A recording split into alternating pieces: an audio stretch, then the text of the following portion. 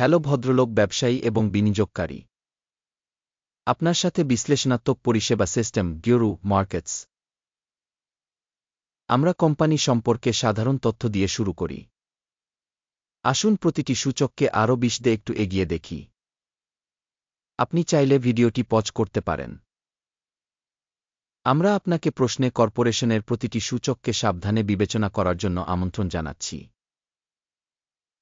এখন কোম্পানির বর্তমান কর্মক্ষমতা তাকান বেদ ডিজিটাল ইঙ্ক চেকার বিঠে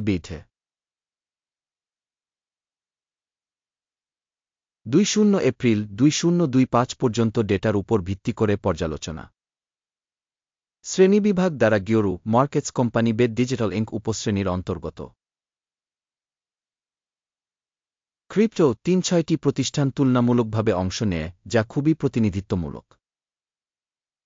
আমরা ভিডিওর শেষে অর্ডার টেবিল দেখতে পাব। কোম্পানির জন্য সামগ্রিক ফলাফল নিম্নরূপ: 10 পয়েন্টের মধ্যে 8। উপশ্রেণীর গড় ফলাফল হল 1 পয়েন্ট। আপনি যদি খুব বিস্তৃতভাবে তাকান সমগ্র বাজারের মধ্যে,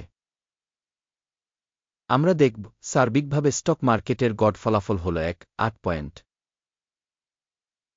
8 পয়েন্টের স্কোরের বিপরীতে বেদ ডিজিটাল ইঙ্ক কোম্পানির শেয়ার মূল্য গতিশীলতা তুলনা বেদ ডিজিটাল ইঙ্ক এবং উপশ্রেণী শেয়ার।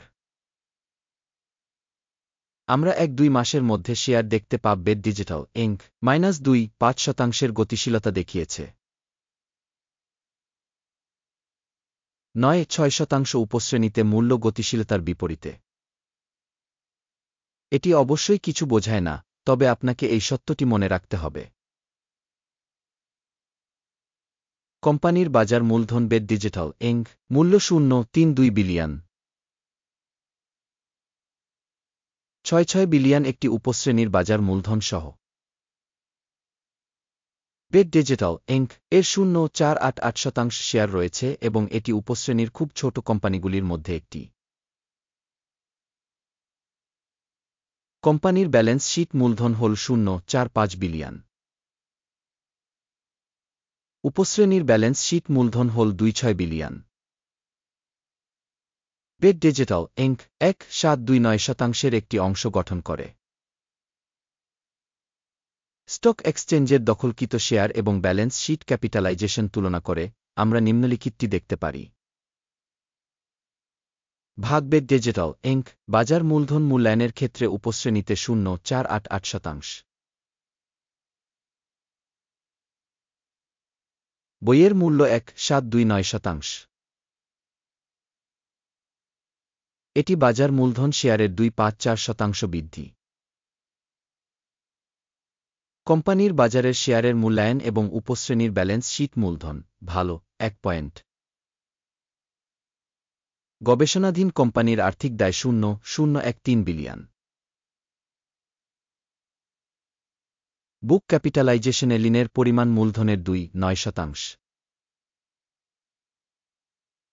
কোম্পানির আর্থিক বাধ্যবাধকতার স্তরের ফলাফল খুব ভালো 2 পয়েন্ট। কোম্পানির স্টক মার্কেট ভ্যালু থেকে আর্নিং রেশিও হল 1.15। উপশ্রেণীর গড় হল 5.7, যা উপশ্রেণীর তুলনায় 0.8% কম। উপশ্রেণীর সংস্থাগুলির সাথে তুলনা করে কোম্পানির বাজার মূল্যের মুনাফা সূচকের মূল্যায়ন খুব ভালো 2 পয়েন্ট। গত 1-2 মাসের জন্য মুনাফা ছিল 2.8 মিলিয়ন। আগামী 1-2 মাসের জন্য ভবিষ্যৎ আয় $4-5 মিলিয়ন হতে পারে বলে আশা করা হচ্ছে, এবং এটি এখন থেকে 5.8-6% বেশি। উপশ্রেণীর সাথে তুলনা করে প্রত্যাশিত ভবিষ্যৎ লাভের সূচকের মূল্যায়ন ভালো 0.5 পয়েন্ট। রাজস্বের সাথে কোম্পানির মূল্যের ভারসাম্য 3 এর সাথে মিলে যায়। উপশ্রেণী 4 এর গড় উপশ্রেণীর গড় থেকে 2.5% কম। উপশ্রেণীর সূচকগুলির সাথে তুলনা করে রাজস্ব সূচক থেকে বাজার মূল্যের মূল্যায়ন ভালো 0.5 পয়েন্ট। গত 1-2 মাসের জন্য রাজস্ব ছিল 110 মিলিয়ন। পরবর্তী 1-2 মাসের জন্য ফরওয়ার্ড রাজস্ব 150 মিলিয়ন হবে বলে আশা করা হচ্ছে। এটি এখন থেকে ৩-৬% বেশি। উপশ্রেণীর কোম্পানির সূচকগুলির সাথে তুলনা করে অনুমানকৃত ভবিষ্যৎ বিক্রয় সূচকগুলির মূল্যায়ন ভালো 0.৫ পয়েন্ট। মার্জিন হল 2.61%, উপশ্রেণীতে গড়ে 7.1%।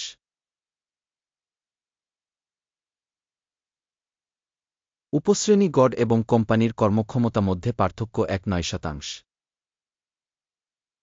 উপশ্রেণীর কোম্পানিগুলির সূচকগুলির সাথে তুলনা করে বিক্রয় লাভের মূল্যায়ন ভালো 0.5 পয়েন্ট।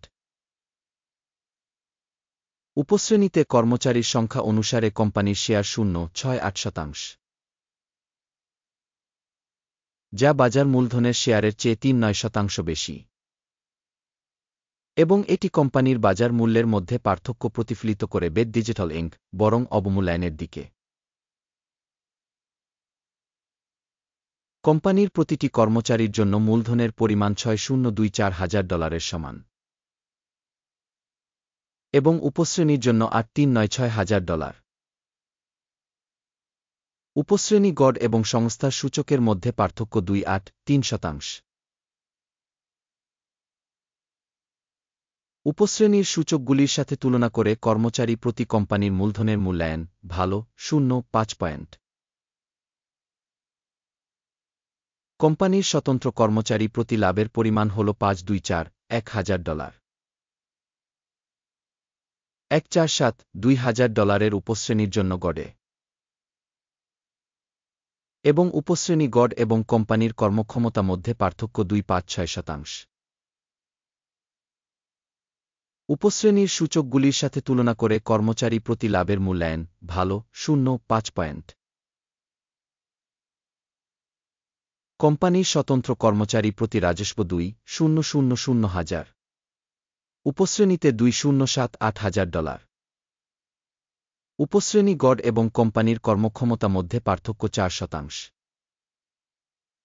উপশ্রেণীর সূচকগুলির সাথে তুলনা করে প্রতিটি কোম্পানির কর্মচারীর জন্য রাজস্বের অনুমান সহনীয় 0 পয়েন্ট। সংক্ষিপ্ত লেনদেনের পরিমাণ 1.8%-এর সাথে মিলে যায়, যার উপশ্রেণীর গড় 7%। এটি একটি সংক্ষিপ্ত চাপের ঝুঁকির একটি সূচক।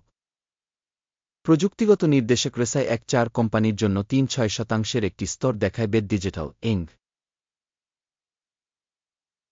যেখানে উপশ্রেণীতে রেজাই স্তর 1.4 হল 4.5%। গড়ে উপশ্রেণীর সিকিউরিটিগুলি কোম্পানির তুলনায় বেশি মূল্যবান বেদ ডিজিটাল ইনক। কোম্পানির শেয়ারের প্রকৃত মূল্যায়ন প্রায় 1.7 কোম্পানির শেয়ারের জন্য সর্বসম্মত মূল্য লক্ষ্য প্রায় 6.93। বর্তমান মূল্য এবং ঐক্যমতের পূর্বাভাসের মধ্যে পার্থক্য প্রায় 2.88%। আসুন অর্ডার টেবিলে যাই, এটি সবার জন্য উপলব্ধ, এটির একটি লিঙ্ক পিন করা মন্তব্যে রয়েছে। অর্ডার টেবিলে তথ্য এবং রেফারেন্স মূল্যায়ন সিস্টেম দ্বারা একটি নির্দিষ্ট মরশুমে সর্বজনীনভাবে নেওয়া সমস্ত সিদ্ধান্ত রয়েছে গিওরু মার্কেটস। অর্ডার টেবিলে অ্যাক্সেস একেবারে বিনামূল্যে এবং খোলা, পিন করা মন্তব্যে লিঙ্ক। কোম্পানির বিশ্লেষণের উপর ভিত্তি করে বেদ digital inc reference rating system গিওরু মার্কেটস একটি সিদ্ধান্ত নেওয়া হয়েছে। শেয়ার প্রতি 1.78 মূল্য বৃদ্ধির জন্য একটি ট্রেড খুলুন। কোম্পানির একটি মোটামুটি উচ্চ রেটিং আছে যে কারণে চুক্তি খোলা হয়েছিল। সংস্থাটিকে মূল্যায়ন পদ্ধতি ব্যবহার করে মূল্যায়ন করা হয়েছিল। আকিমের সূচক টেক প্রফিট 2.33 সেট করা হয়েছে। স্টপ লস 1.23 সেট করা হয়েছে। টেক প্রফিট বা স্টপ লস দ্বারা অর্ডার বন্ধ না হলে। এই ক্ষেত্রে 20 মে 2025 তারিখে এক্সচেঞ্জ সেশনের ফলাফলের ভিত্তিতে অর্ডারটি স্বয়ংক্রিয়ভাবে বন্ধ হয়ে যায়, অথবা এই তারিখের আগে শেষ ট্রেডিং দিনে। টিকার উইউলফ বিক্রয়ের জন্য একটি ভারসাম্যপূর্ণ বাণিজ্য হয়ে উঠবে। ভারসাম্যমূলক লেনদেনের একটি ভিডিও চ্যানেলে ইতিমধ্যে প্রকাশিত হবে বা প্রকাশিত হয়েছে। অর্ডারগুলির একটি বন্ধ করার সময় মৌলিক বা ভারসাম্য বিপরীত আদেশ প্রকৃত মূল্যে স্থির করা হয়। এই ভিডিওটি দেখার জন্য এবং তথ্য সিস্টেম ব্যবহার করার জন্য আপনাকে অনেক ধন্যবাদ। ডিওরু মার্কেটস, আপনি সবাই সত্যিই গ্রহের সেরা দর্শক।